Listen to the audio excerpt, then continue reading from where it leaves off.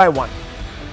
PM Modi is to lay the foundation stones for these two new DU campuses. On the eve of this, we have a massive, as I told you, squall, because these campuses will be named after Veer Savarkar and Sushma Swaraj. Sushma Swaraj is not the problem. Veer Savarkar has become a problem. And remember, viewers, that the plans were approved by DU's Executive Council in 2021. This rupees 140 crore project will offer a built-up area of about 18,816 square meters. It will host 24 classrooms and 8 tutorial rooms, a canteen, 40 faculty rooms, a departmental library, and a state-of-the-art conference room. The Congress, the left, the DFI, NSUI oppose new college campuses on the ground that it is an attempt to distort history, especially the fact that they are being named after Veer Savarkar. Congress MP Nasir Hussain says college should be named after a freedom fighter. As if, viewers, Veer Savarkar spent all those years in Kala Pani because he happened to be not a freedom fighter but an apologist for the British Raj. I mean, it makes no sense. A name? Really? Should that be priority number one? Wouldn't have been infinitely better had the Congress complained about something more substantial? For instance, the quality of the infrastructure, educational aids, or the meager wages of teachers. You get the drift. But no, only a name matters to the opposition. And they've been banging on and on about this name. Change the name, change the name. I suppose, viewers, they want it to be named after Jawaharlal Nehru or Indira Gandhi or Rajiv Gandhi or so and so forth. But on this score, the Congress has very little to be resentful about. In India, 99 institutions, and those are the hard facts, viewers, on your screens. 99 institutions and 66 schemes have been named after Nehru Gandhis, and we all know not all are deserving of such a generous tribute. In any case, even the reasons to object to the name are hackneyed. Reams of hard facts exist that conclusively prove that the opposition, especially the Congress, is wrong about Savarkar. And to simply repeat fake news is a disservice to not just future generations, but also voters today, viewers. But nonetheless, let's go over the material that proves that Savarkar was every bit the patriot that Gandhiji was, and just as secular and inclusive as Nehru was, and that he wasn't the only one seeking clemency from the British. Let me take you to the hard facts. And viewers, the hard facts, as I always tell you, I spend a lot of time researching so you can get closer to the truth, so you can sift the rhetoric from the facts. Viewers, first and foremost, this is what Veer Savarkar offers. If a student really has to be brought up in a progressive icon in mind, then he fits the bill. Savarkar was an anti-caste crusader. Today's politicians, viewers, are busy, as you know, constantly fingering the caste beehive. But he actually wanted an end to caste. And let me quote him. He said, "Just as I felt I should rebel against the foreign rule over Hindustan, I also felt that I should rebel against the caste system and untouchability in Hindustan." These were from his 1920 letters from the Andamans when he was, viewers, in jail. Samagra Savarkar Vangmaya, Volume 5, page 490. Go check it out. Hard fact 2. He was a free speech advocate. Remember, viewers, Nehru wasn't. The first amendment that Nehru made to the constitution was to actually narrow the scope of free speech in India. But Veer Savarkar thought differently. He said, and I quote, "I hold that each one has a right to form his opinions after independent thought and to express them fearlessly." This is from his 1943 Akhand Hindustan, Lada Parva, or the phase of the battle for undivided Hindustan, page 185. Please go pull it out and look for it. Hard fact 3. He's a champion of science. He said, discard those 5,000-year-old superstitions of untouchability and scripture-based caste discrimination. Unshackle the bonds that stem from literalist belief in Shrutis, Smritis and Puranas and hinder your duty. And unsheath every weapon that is capable of destroying all calamities that strike you today. May you find that weapon in the armory of your tradition or in that of modernity.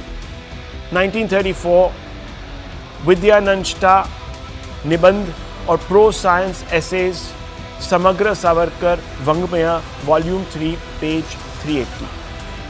Viewers, a man as progressive as liberal, as forward-thinking as this, would be a role model for any student going into the future. Think about it. So what is wrong in naming a university or a campus or a college after Veer Savarkar? I don't get it. Another hard fact, viewers, he was liberal and inclusive.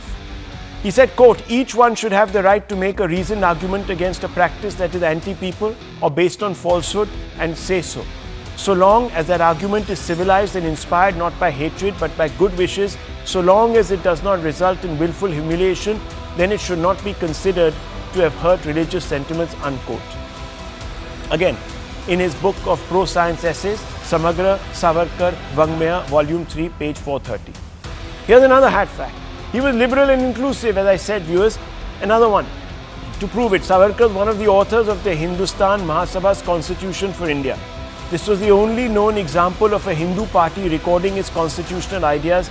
Article 7, 15 clause of this particular constitution of the Hindustan Free State provided that the Hindustan Free State would have no state religion.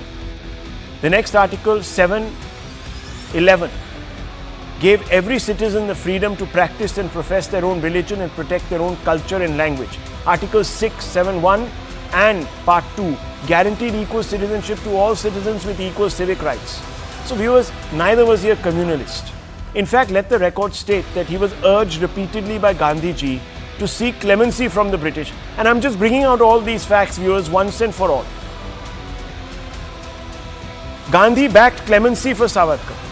He made a case out for him. Gandhiji said, there are some notable political offenders who have not yet been discharged. Among these, I count the Savarkar brothers. These two brothers have not received their liberty, although 5 months have gone by after the publication of the proclamation, unquote. The source, viewers, is Young India, article dated 26 May 1920. Here's another hard fact. Gandhi urged Savarkar to write clemency letters. Yes, viewers. And I quote Gandhi, I suggest, however, your framing a brief petition setting forth the facts of the case, unquote. This was Gandhiji's advice in a letter to Veer Savarkar in 1920. Go look it up, viewers. Hard fact 3. Gandhi praises the Veerta of Savarkar. He said, and I quote, he's a patriot. He was frankly a revolutionary. The evil in its hideous form of the present system of government he saw much earlier than I did. He is in the Andamans for his having loved India too well, unquote. He was being punished, viewers, because he was an ultra-patriot by the British. They couldn't stand Veer Savarkar. This is the truth. And I've even written this in my book, Modi and India, 2024 and a Battle for Bharat. Please go ahead, look at the books, trace the source. This particular comment where he praises Veer Savarkar's Veerta, this is from an article, Horniman and Company, dated 18th May 1921. Please, viewers, feel free to go and bring out this material. I've put the references. Please go and see it if you don't believe me. The nation is yearning to move ahead in 2025. But the opposition, it appears, is still tethered to the prejudices and issues of times long past and long resolved and even arbitrated upon by voters. They have brought this up several times. From Maharashtra, viewers, length and breadth of this country has heard these issues. They have rejected these issues. They have rejected the Congress. They have rejected the India bloc. But they'll keep raising them and raising them. Where's the fresh narrative? The fresh thinking from the opposition benches? How long will they rewind to dead issues? Like petty point scoring over Savarkar or then attacking Diljit Dosanjh for meeting the Prime Minister. You remember, viewers, in September last year? Rahul Gandhi sitting in America, he said the issue really is about whether a Sikh can wear his turban in India, whether he can wear a kara in India. And I want to show you those pictures. Diljit Dosanjh, viewers, sitting with the Prime Minister, he's got his turban, he's got his kara, he's praising the country. He says, I've gone length and breadth and I now understand why India is great. Because it's inclusive. It has heroes that were inclusive. So, viewers, the opposition will sometimes pick on Diljit Dosanjh or Savarkar And if nothing works, slandering Sanatan Dharma. That they've also done. In the first year of this new year, viewers, when we are supposed to be raising the bar, this politics of opposing for the sake of opposing is not going to endear the opposition to the voting public. The India bloc needs to tell us what it can do differently from Modi. It needs to tell us what it can do differently that is going to make our lives better and this country a superpower by 2050. I wish the opposition would spend some time talking about sensible issues rather than this and wasting everyone's time. And the only reason I'm doing this debate, viewers, because I really want to settle the issue tonight. I want to expose the opposition for letting us down, the voter. They're supposed to stand up in Parliament and ask the right questions. But no, viewers. They'll talk about superficial nonsense, garbage. Let's open this up, viewers. Let's have a conversation. It's upsetting, but it's true. I want to have an open conversation. Kishore Tiwari's already got his hand on his mouth. Tehseen Poonawalla, I want to ask you, come on, man. Come on. Savarkar, it's coming out of, I wish I could say it, but it's coming out of my ears now. Come on. Is this what we are going to be doing for the next 1 year? Savarkar, or Daljit Dosanjh, if he meets the Prime Minister, oh my God, he's wearing black turban, he's wearing black, he's protesting. What is wrong with us? What is wrong with the opposition, Tehseen Poonawalla? Have they completely lost the plot? And let me tell you something, please go, read the Indian Express yesterday, first editorial, and see what the Indian Express in equal measure had to tell the opposition. Please, I beg you. And let me, if you don't want to read it, I'll read out the last paragraph of the Indian Express and tell me if you disagree with them. The Indian Express is not a paper that I usually subscribe to in views. I look at it because I like to know the counterpoint. Maybe you guys can also benefit by looking at the counterpoint. But let me tell you, this is what... But I did read the Indian Express. Yeah, you did, right? So you know what they said, right? Here it is. I read Organizer also. Yeah, fine. I'm glad because that'll open your mind a little bit more. And you'll probably then know how foolish the Congress is by constantly raking up this Savarkar obsession of theirs. Unless, of course, they're doing it because they hate Hindus, they hate Hindu icons, they hate everything about a Hindu. I mean, the Shiv Sena UBT is sitting there. Savarkar, they want him to get... Relax, calm down. You're not on, XYZ channel. You're on CNN News 18 where I control the debate and I'll come to you. Please listen to me. Please listen to me. And don't waste the time of the viewers by making me scold you people. It's not fair. I'm not talking to you, sir. I'm talking to Tehseen Poonawalla. Let's not be out of line. This is not your parliament. It's very irritating, quite frankly. The opposition's challenge, and this is what the Indian Express says, is if anything more arduous, tougher, in other words, than the government. So far, after the Lok Sabha verdict which brought it back into the reckoning, the Congress has shown only a risk-averse return to old slogans on caste and not-so-old spectres featuring the constitution in danger or Adani emblazoned on pieces of clothing. This is what you've reduced it to. Tehseen Poonawalla, tokenism, bland, pauperized of ideology and intellectualism. Come on. We need better. We deserve better. Tehseen Poonawalla, would you not agree? Good evening, Rahul. Happy New Year to you, your family, to all my fellow panelists, and to the viewers of CNN News 18. I do agree with you. I do agree with the Indian Express article. In fact, this afternoon, I've been trending, lambasting the Chief Minister of Kerala. Yes. Left loonies have completely lost the plot. And I do believe that, he went on to abuse Sanatan Dharma. So I think this is a little bit of this argument is now stretched. I do agree that the opposition needs to raise much more relevant issues. Savarkarji is not an issue, neither is Ambedkarji right now, neither is any of the issues. I think the issues of our nation is the tax terrorism in our country. I'm being very clear. There is no roadmap for what the budget on 1st February is going to be. Middle class is being rogered by this government. Ek nation, ek popcorn tax. Ek nation, ek popcorn nahi kar sakte. Bangladesh Hindus are being. There's a genocide on Hindus in Bangladesh. Today they didn't release the priest.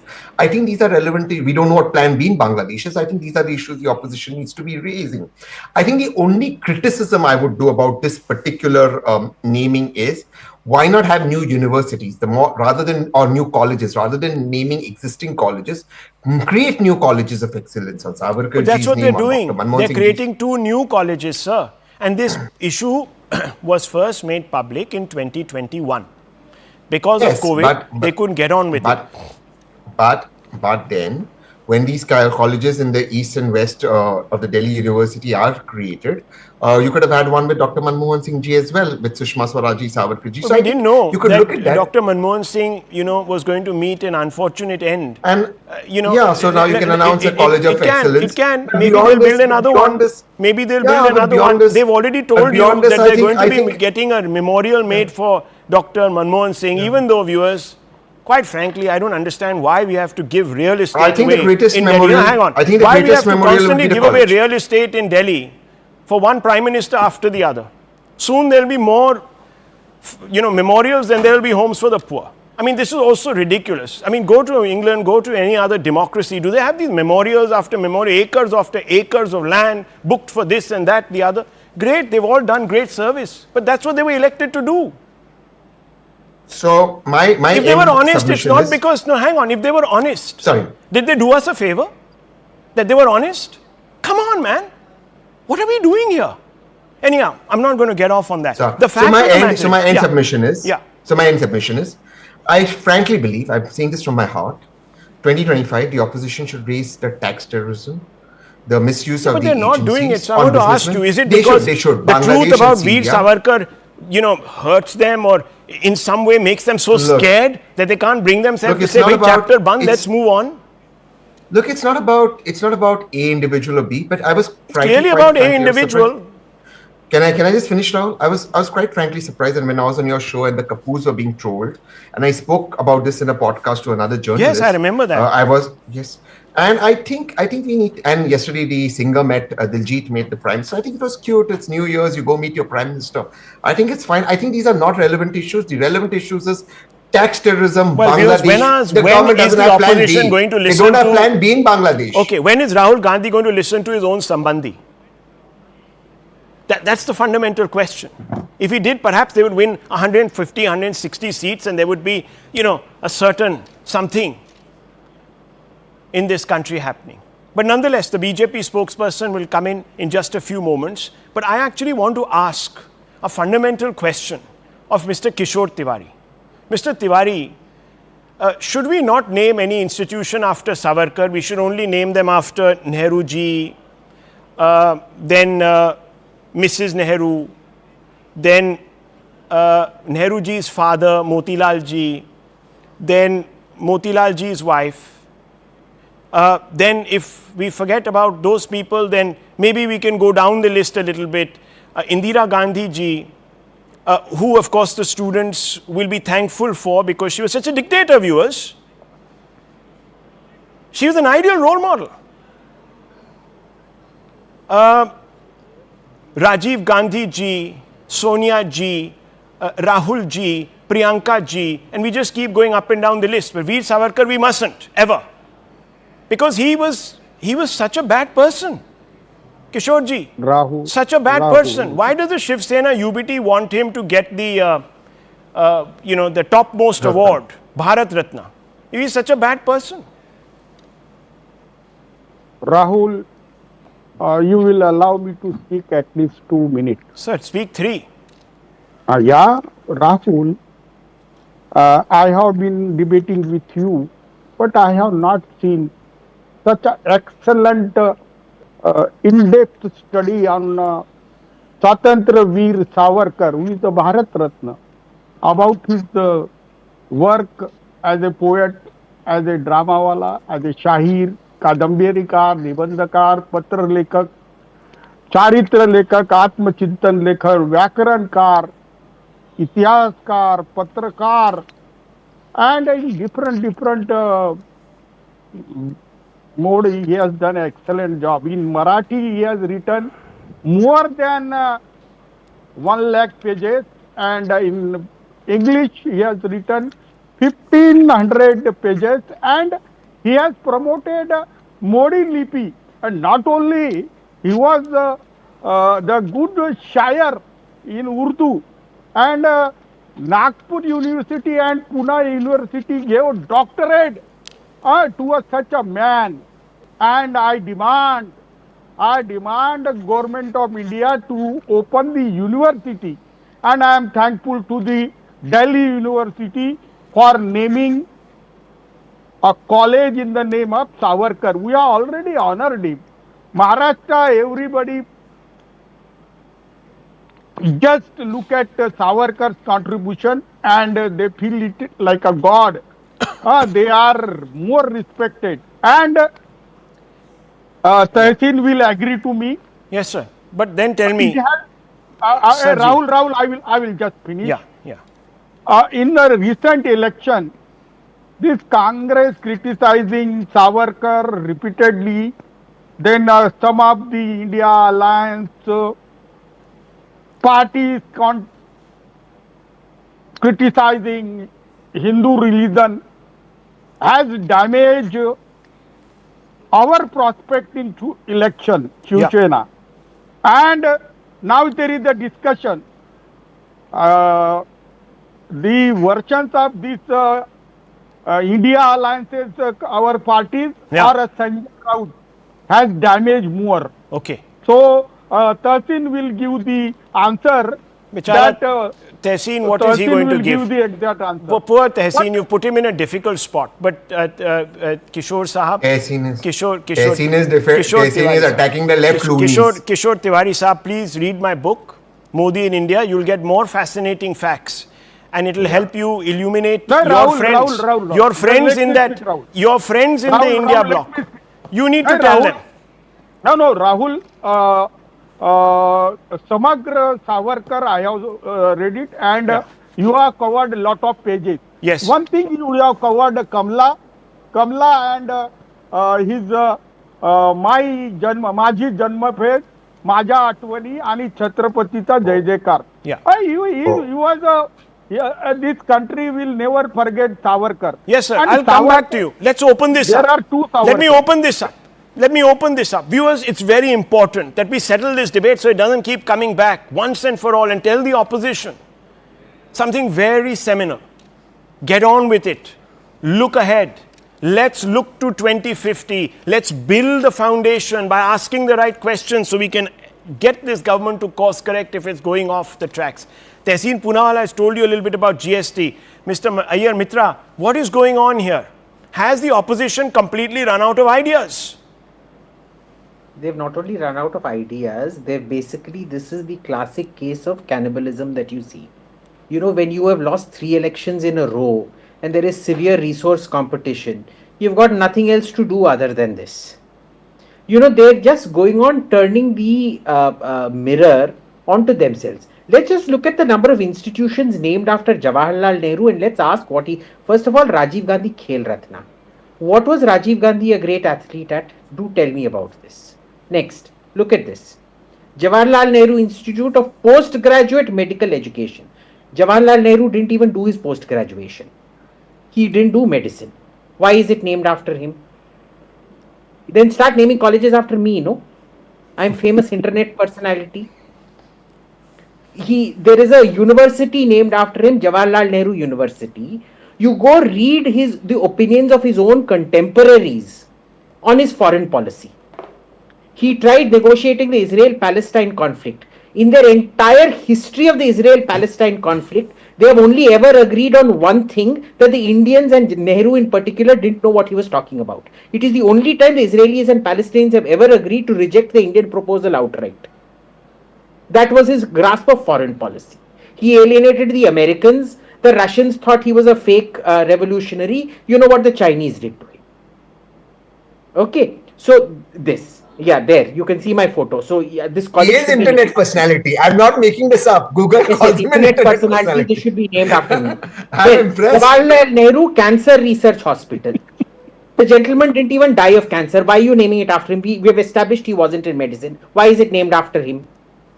Then, Jawaharlal Nehru Medical Engineering College in Ajmer, Aligarh, Belgaum, Bhagalpur.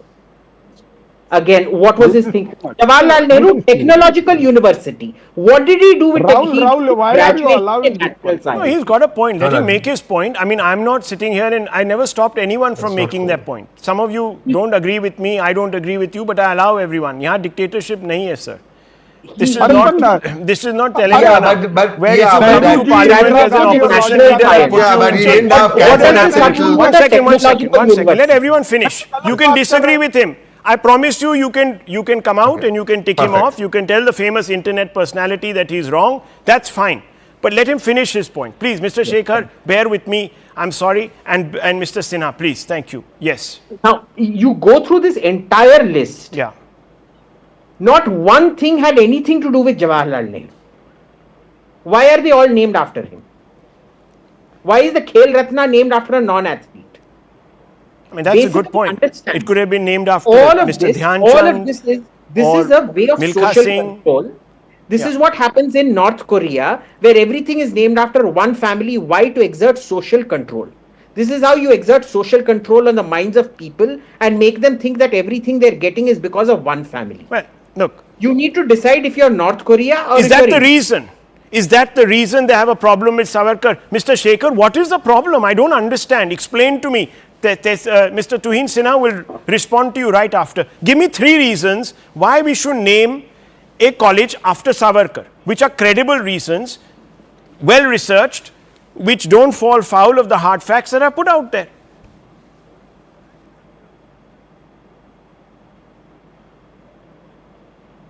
Shekhar Saab, can you hear me? Are you there with us, Mr. Shekhar? JNU NSUI leader, Mr. Shekhar, are you there with us? Can you hear me? Give me 3 reasons. Yeah. Sorry. Sorry, I didn't get because my initial name is Sudhanshu. So I just. But So Shekhar, thank you very much, Rahul ji, to have me here. Some points are raised here that why an institute should not be named after Veer Savarkar. Yes, sir. The important point is that as a students, we usually believe that naming an institution, just naming an institution is not enough. Okay. Any institution is established with a vision, with an idea, with some values. Okay. A person, I forgot his name. He was actually saying that there is an institution named Jawaharlal Nehru University. I come from that university. Before that, I was in Banaras Hindu University also. So these institutions, the great leader Pandit Madan Mohan Malviya established Banaras Hindu University. After that, the Jawaharlal Nehru University is established. Now, on which point we are talking is that why an institution should be named after Veer Savarkar. But are we talking about the actual problems what the students are facing? Arey, sir, that is the precise. I started with that. I started saying if those were the questions you were raising, it's better. But why is the Congress and the NSUI, your leaders, your friends in the NSUI talking about Savarkar? Change the name. What will changing the name do? Because I am giving you the reason, Rahul. I am giving you the reason. Yes, Shekhar, sir. But what were the ideas of Savarkar? Okay. We have to look at that also. I've given you What the are ideas. What were his point on the diversity of India and how his opinion? Sir, I think you have read the wrong books. You have read people. Let me complete. Some of them are from my family that have written some of these books. Don't read them. I escaped their clutches. You have got stuck. Let me complete. Let me problem. complete. You never mentioned about the mercy petition which was written by him. I mentioned, but who asked him to write those mercy petitions? Gandhi ji. 1 minute. Please, let me complete. After that, you can say it is your show. You can dictate. But please let me complete. After that, you may say. The important thing is that there is a politics going on here, which is divisive. In current scenario, do you want that what Savarkar believed that Hindu Rashtra? Do you believe that in India, if Hindu Rashtra is established, will it be constitutional? Will it be according to constitution? Will it be okay for India to be a developed country, to be an inclusive or secular country. Yes, sir. If the idea of Savarkar or the Hindu Rashtra is established. Can I ask you a counter question since you're from JNU? Yeah. Sir, do you know that Britain is a Christian state, not a Christian Rashtra? I'm talking about a constitutionally mandated Christian state. Is it secular or not? Sorry, I didn't get your point. What? Please. Sir, you will not get this point. You will never understand this point. If this is the level of education, I'm sorry, sir. You need to go to Savarkar College in a few years when it is built. You really need to go there because let me tell you, sir, you have got the absolute wrong end of the stick here. But nonetheless, I'll get the BJP spokesperson to respond to you. Mr. Sinha, respond. I have nothing in my mind. You are asking a silly question. Are you saying that we are not? No, are you saying that we are, one second, are you saying that we are a Hindu state mandated by the constitution? No, if you are being there is a difference between Rashtra and Rajya. There is a big difference between Rashtra and Rajya. Please get your facts right. Britain is a Rajya. It is a state which is Christian. Is it secular or is it not secular? If you think that if Hindu Rashtra is established, then it will be fine. Sir, it's a civil. Rashtra means nation. Rahul, it doesn't mean state. We need to move on. So oh my God, these guys. Anyhow, please, Twin Sinha, respond to him. Maybe you can explain to him. I don't know. You know, the glory of Jawaharlal. I did Jawaharlal Nehru University graduate viewers. I did a quick search. I did a quick search of Veer Savarkar colleges in India today, and I could find only one Veer Savarkar College at Ubaidullah Ganj in Madhya Pradesh, which is affiliated to Barkatullah University. Now, when I see the ignorance of the JNU student over here, I feel that we need a Veer Savarkar College in every state of the country. The same applies to some of the other great sons of Bharat. That includes Birsa Munda, of whom I have been extremely passionate about. There is only one Birsa Munda Tribal University in Gujarat, one in Jharkhand, and of late, obviously, a couple of colleges have been named. But why Veer Savarkar? I heard the JNU representative, JNU students say that, he doesn't even understand the definition of Savarkar's Hindu Rashtra. For Savarkar, every native of this country was a cultural Hindu. Cultural. And for him the primary criteria for him the criteria was unflinching allegiance towards the country. He was not anti-Muslim. He was anti those Muslims whose primary allegiance was not towards Bharat Mata, was not towards this great land of Bharat.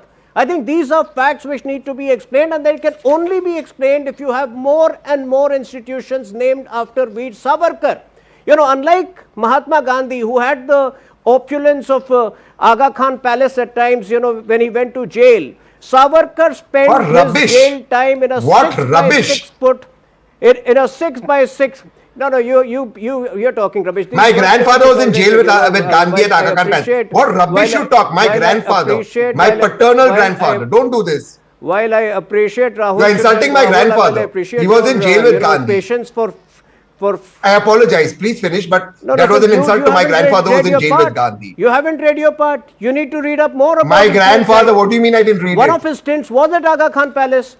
My grandfather was in jail in Aga Khan Palace with Gandhi. Khan Palace. If you're not well read, you need to do enough reading. My brother, my grandfather was in Aga Khan Palace in jail with Gandhi. My grandfather. There was a reason for it. I think what he's trying to say, gentlemen, what he's trying to say is that there was the kind of hard labor, torture that Mr. Savarkar was put through. You have immense patience. May I just make a point? Free speech. Mr. Gandhi didn't suffer that kind of hard labor, the whippings, the beatings, the lashings, all of that. That's what he's trying to say, whether we agree with it or not. I just have one point. Yeah. Okay, after you One finish, I of have one his stints intervention. was at Aga Khan Palace. That's my grandfather was in Aga Khan Palace. Yes, so was Gandhi, right? Yes or no? He's saying that. You're saying the same thing, but gentlemen. It wasn't an easy stint. It wasn't an easy stint. Okay, that's what he wants to say. It wasn't an easy stint. Let's not compare people's stints in jail.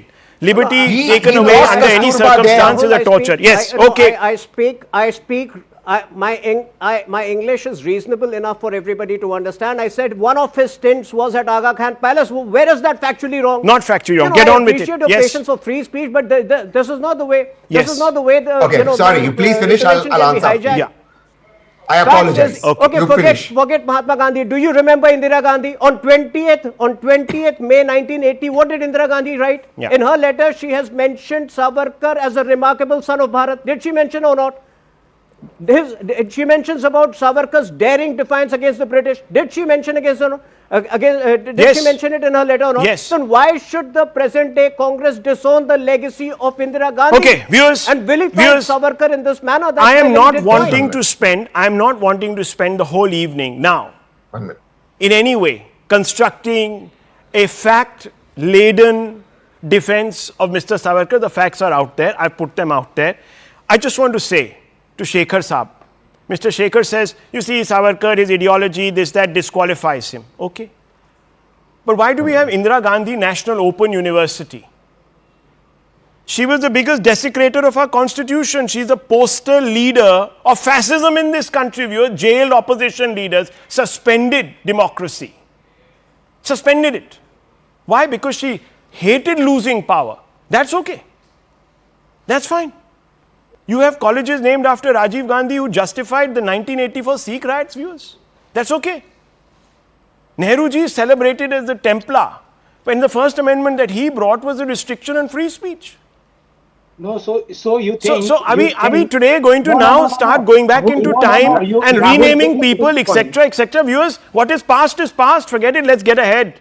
Let's focus on the real issues. But the opposition will not, because they are bankrupt. And the time has come when someone holds up the mirror because our democracy is in danger because of this bankrupt opposition. The time has come when someone needs to stand up in the opposition and ask the right questions of the government. I want to move on, viewers, because this is an interesting story. Coming up next, the India bloc, viewers, is now hurtling at breakneck pace towards an imminent split. The AAP already has a problem with the Congress. The left is looking increasingly restive. The TMC wants to snatch top billing from the Congress within the alliance. So it didn't come as a surprise when Sharad Pawar, the most reliable Congress ally, is said now to be looking to be rehabilitated in the N.D.A. ecosystem. The ball has been set rolling by his own sister, who is praying that Sharad Pawar and the breakaway faction led by her son, Ajit Pawar, reunite.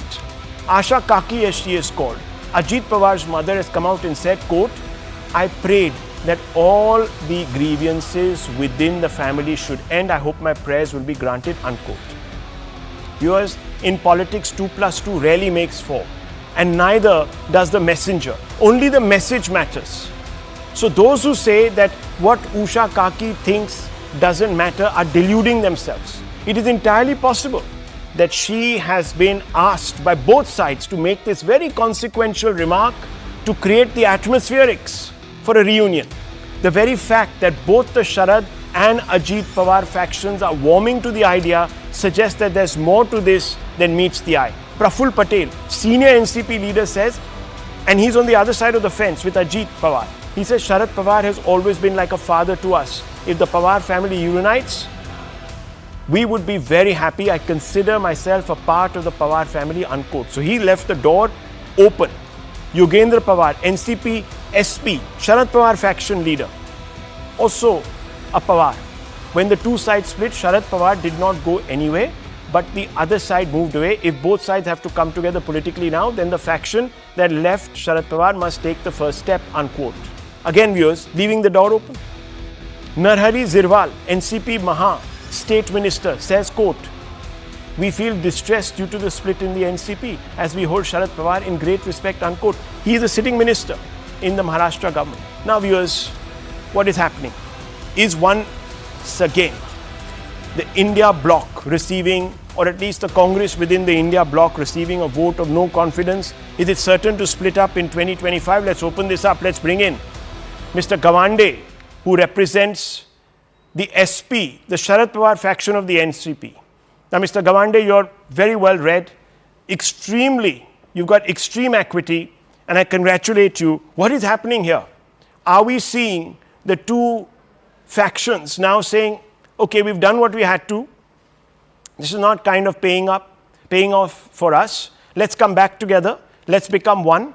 Or is this being instituted now by Sharad Pawar, who's realized that, that party has had a horrible time of it of late.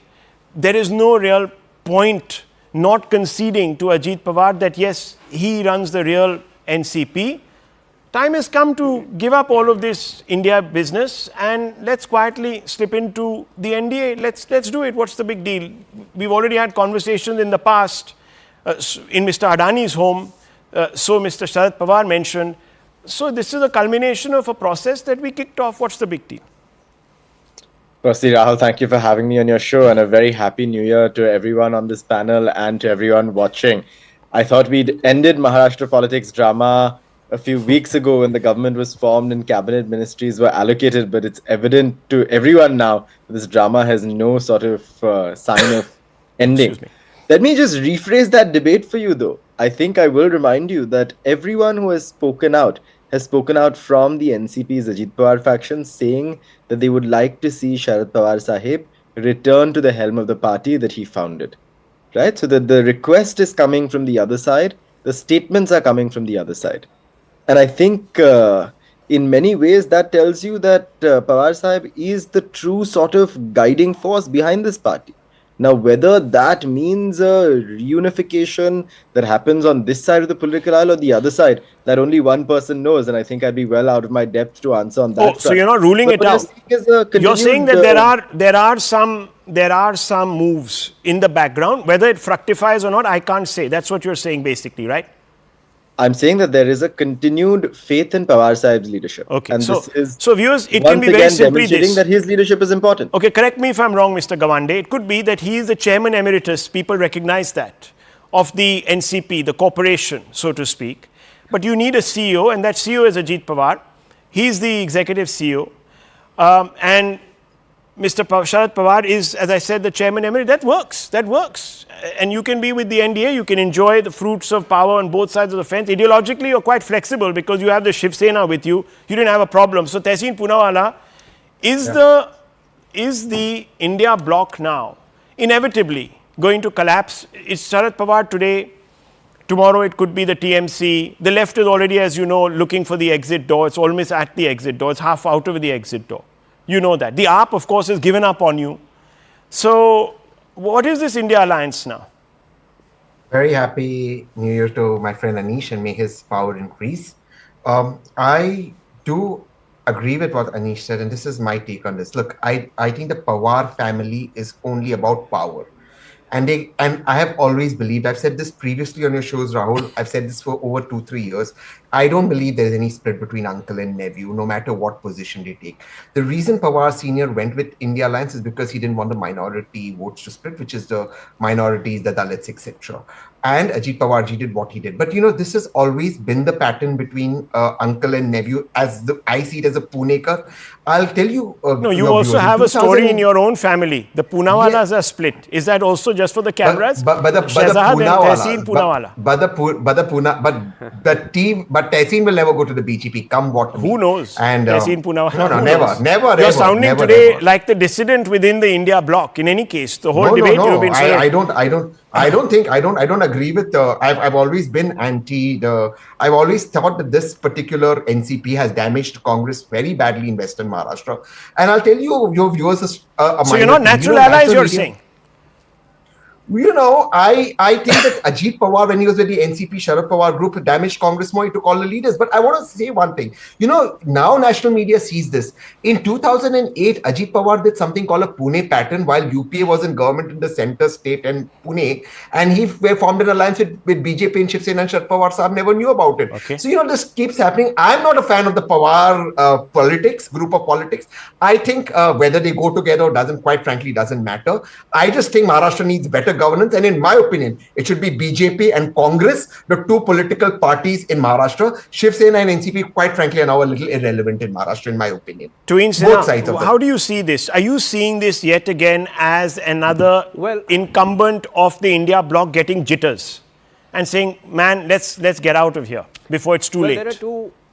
there are two aspects. Yeah, there are two aspects to the issue, Rahul. Number one, after the Haryana and Maharashtra results, the entire N.D.A. alliance is in doldrums. So whether it is TMC, whether it is Samajwadi Party, at some point of time or the other, they have always, been trying to distance themselves from the Congress Party. And the same applies in Congress, where the defeat was far more intense, where, the recovery is going to be that much more difficult. Secondly, in many ways, it's end of road for Sharad Pawarji, because, even after the defeat, if you remember, what was the first thing he did?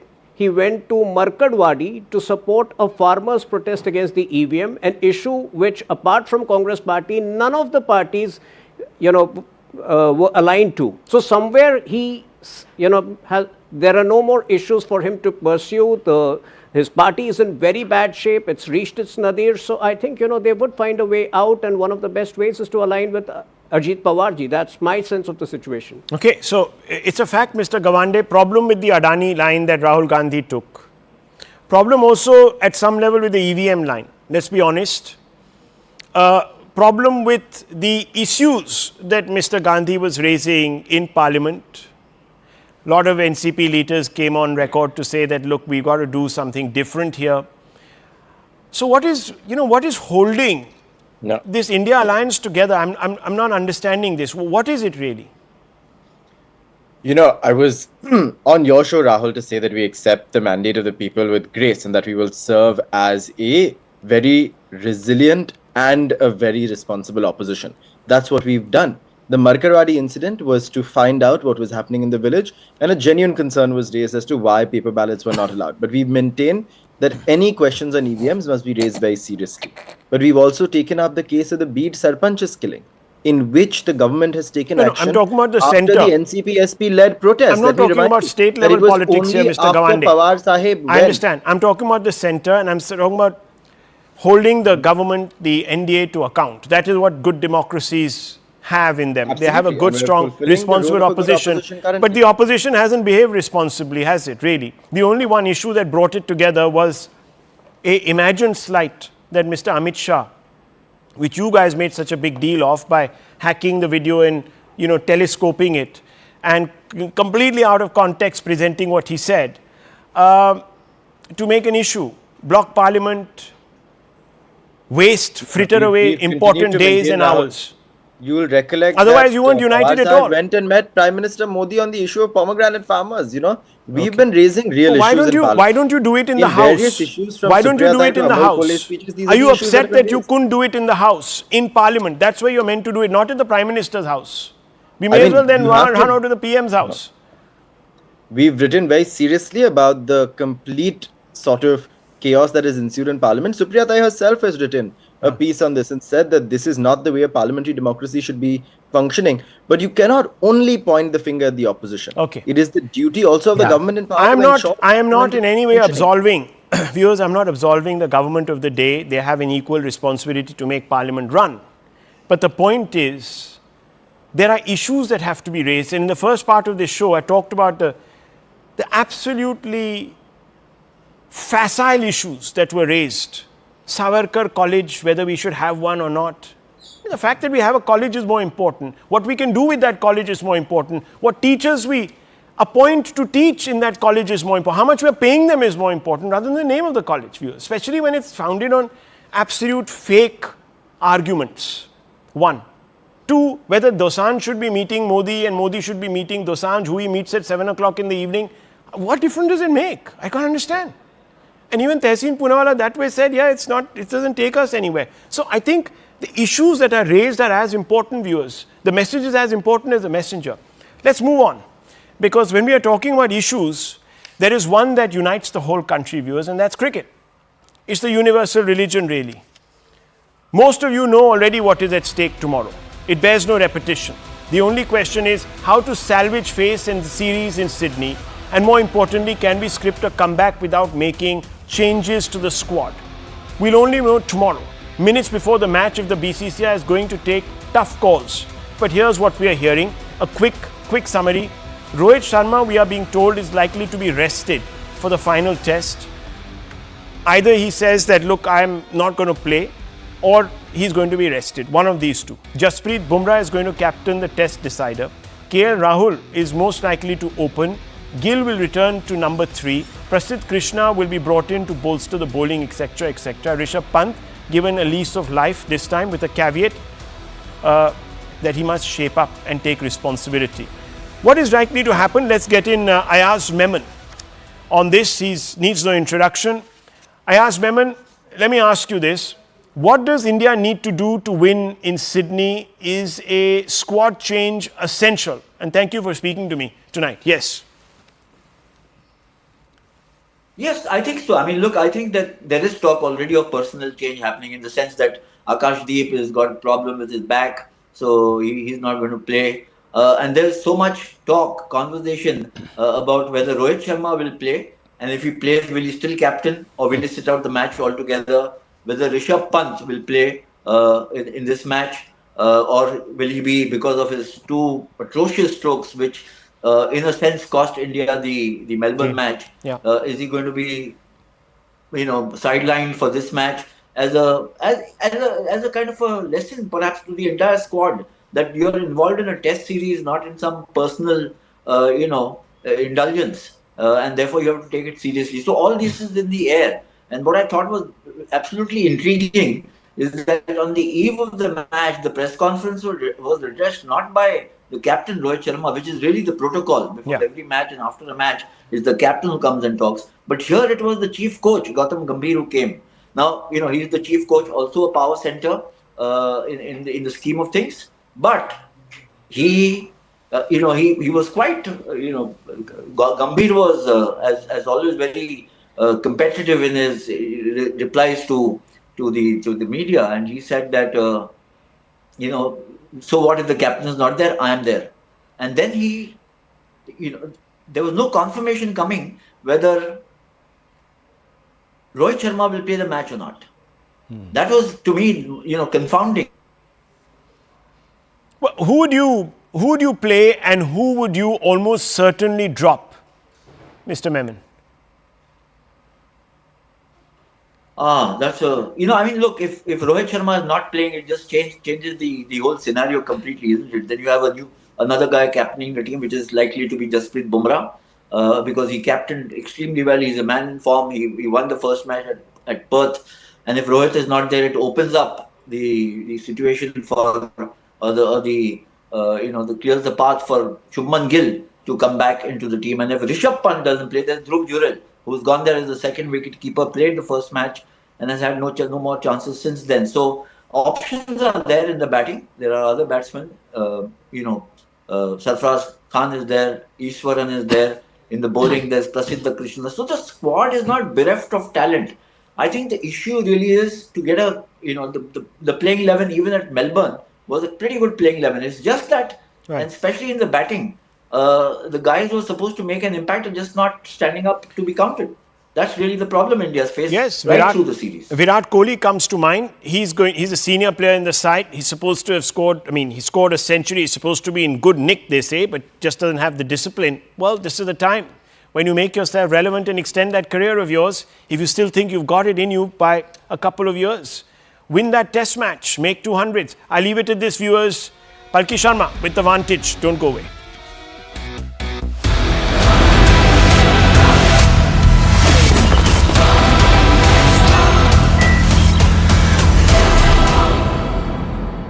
Presented by. All right, moving on to more news from United States. 15 people were killed and at least 35 injured after a man drove into large crowd in New Orleans, Louisiana in the early hours of New Year's Day. At about 3:15 local time on New Year's Day, a Ford pickup truck rammed into crowd gathered on Bourbon Street in the heart of New Orleans, and French Quarters is where the incident has happened. And the CCTV footage shows a white Ford F-150 Lightning vehicle driving onto the pavement to get around a police car before hitting the pedestrians. Now, police described the act as very intentional, adding that the attacker, identified as Samshuddin Jabbar, was hell-bent on creating the carnage and the damage that he did. I'm now joined by my colleague Akansha Swaroop on this broadcast. Akansha, give us more detail about this accused. What was his plan really when he rammed into this particular area? A very good morning, Sharon. It's deeply tragic that the new year for Americans has begun on such a tragic, horrifying note. This entire incident is being treated as a terrorist act. Also, not to forget the fact that we're looking at this entire incident where 15 people have been declared dead. Now, the FBI, which is also is already investigating this entire matter, will be able to establish the motive better.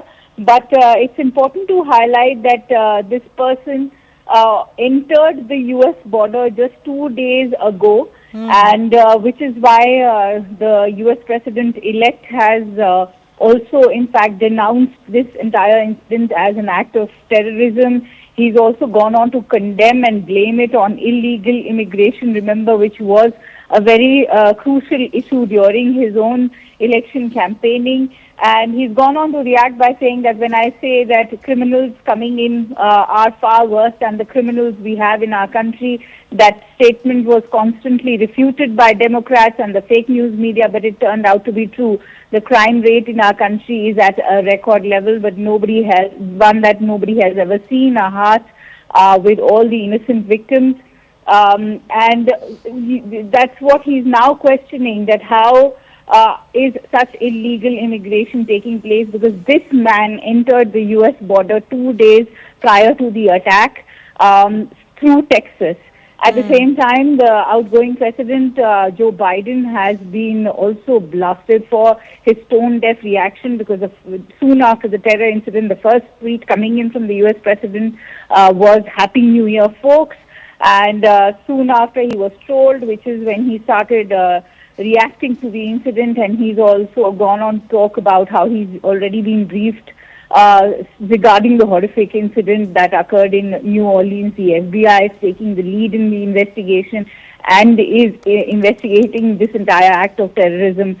So, as far as these are the reactions, but the fact of the matter remains, Sharon, we've seen a similar incident happen where again it was an immigrant who had done it from Saudi Arabia in that Christmas market in Germany. So, yes, we'll have to see how Donald Trump now, the incoming new administration in the White House, responds to immigration. They're certainly going to be cracking the whip as far as illegal immigrants are concerned. Akansha, I request you to please stay with us as we are getting a reaction from US President Joe Biden on this incident. To all the families of those who were killed, to all those who were injured, to all the people of New Orleans who are grieving today, I want you to know, I grieve with you. Our nation grieves with you. We're going to stand with you as you mourn and as you heal in the weeks to come. Akansha, like you also mentioned earlier, that how the accused had just entered US through Texas just 2 days back, and like you also mentioned that similar incident happened in Germany as well.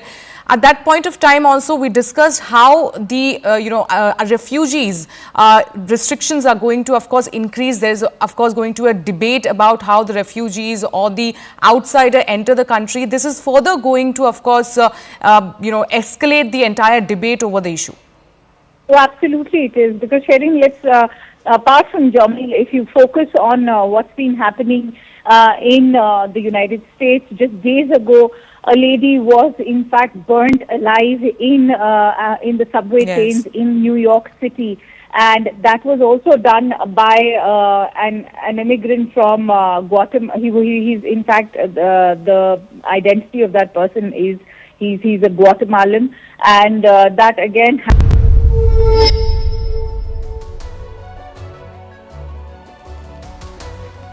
Hello, Namaskar. This is First Post and you're watching Vantage with me, Palki Sharma.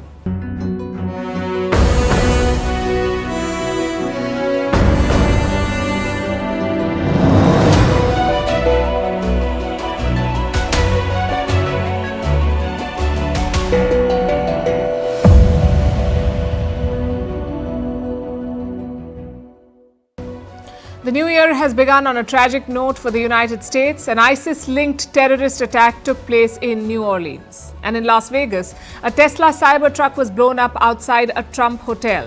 The two incidents may be linked, although only one is being called a terror attack right now, and both involve men who've served in the US military. We'll bring you the details. In the UK, gangs of Pakistani men have been targeting young white girls for years. It is all documented, but the Labour government has refused to investigate. Is it because Pakistani Brits make up their voter base? Elon Musk, of all people, has raised this.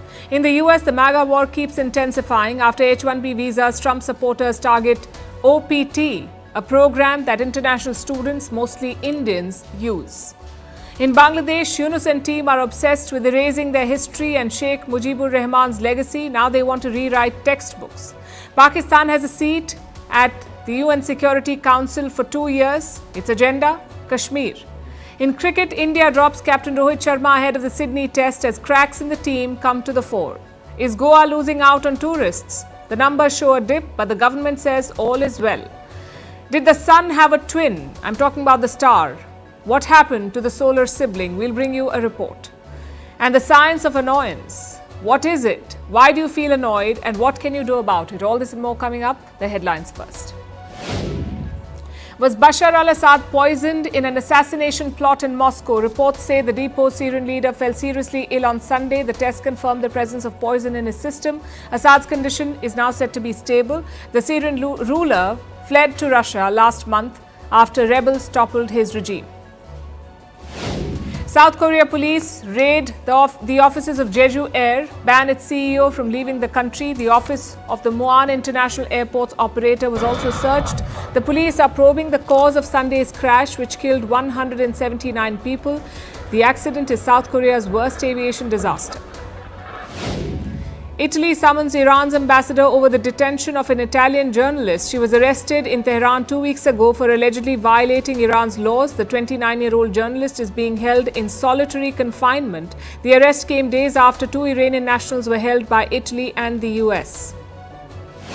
2 boats capsized off central Tunisia, killing at least 27 migrants, including children. More than 80 people have been rescued. The migrants were all from sub-Saharan Africa. Tunisia is a key departure point for those seeking to reach Europe. And in India, Manu Bhaker is among the athletes who will receive the Khel Ratna award. This follows a row after reports claimed that she had been snubbed. Bhaker is India's first athlete to win 2 medals in a single edition of the Olympics. Chess world champion D. Gukesh will also receive India's highest sporting honour.